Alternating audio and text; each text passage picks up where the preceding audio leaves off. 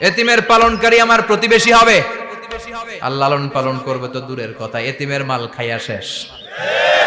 আছে না নাই?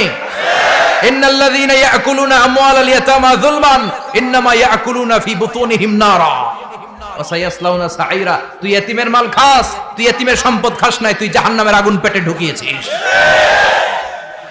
এতিমের সম্পদকে সে রক্ষণাবেক্ষণ করে দিয়ে এতিমের একটা ব্যবস্থা করে দিবে, ওইটা না, এতিমের সম্পদ মাইরা খায়া ফেলায়। তুমি এতিমের সম্পদ খাও নাই, তুমি জাহান্নামের আগুন পেটে ঢুকিয়েছো। এতিমকে ভালোবাসবেন, এতিমরে ভালোবাসা মানে নবীরে ভালোবাসা, কারণ আমার নবী এতিম ছিল, ঠিক কি না? এতিমের মাথায় হাত বুলিয়ে দিবেন। আল মাসহু, খেয়াল করেন, আল মাসহু আলা রাসিল ইয়াতিম ইউজিলু কাসওয়াতাল কলব। এতিমের মাথায় হাত বুলিয়ে দিলে হৃদয়ের কাঠিন্যতা দূর করে দেয় কে? আল্লাহ। এক সাহাবী এসে বললেন, ইয়া রাসূলুল্লাহ, জাআ রাজুলুন ইলা